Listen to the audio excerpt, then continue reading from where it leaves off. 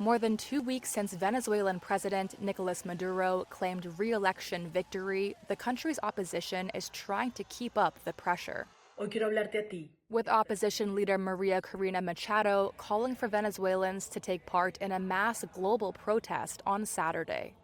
But while the U.S. and other Western countries are calling for a full set of voting tally sheets to be released, they are showing little sign of swift, tough action over what many of them have condemned as voting fraud. The responsibility is on Maduro and Venezuela's electoral authorities to come clean on the election results. Both Maduro and opposition candidate Edmundo Gonzalez declared they won the July 28th vote. Protests against Maduro following the vote left at least 23 people dead and about 2,400 arrested, according to UN figures.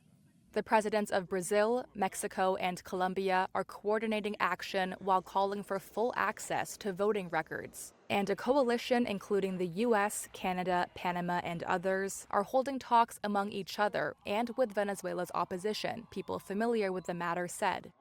Countries including China, Russia, Nicaragua, and Cuba have recognized Maduro's victory. A U.S. embassy official who was not authorized to speak publicly said no Western governments want to make the first move and instead prefer to, quote, take it slowly.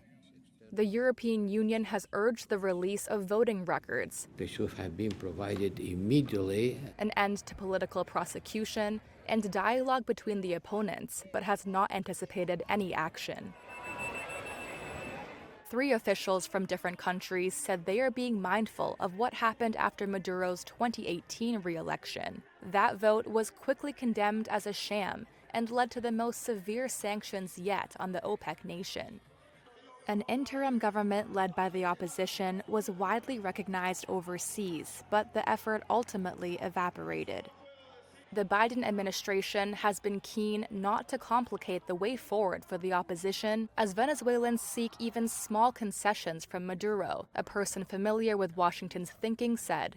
Democratic U.S. officials have threatened sanctions, but so far have held off on new punitive measures. Venezuela's foreign ministry and the U.S. Treasury Department did not reply to requests for comment. A review by Venezuela's Supreme Court is likely to take time and may not be impartial, given that it is packed by Maduro allies. Machado said on Tuesday America and Europe had been sending strong signals that they will stand by the opposition as long as it was needed. Esto debe ser rápido. She said this needs to be fast because obviously the regime wants to wear us out.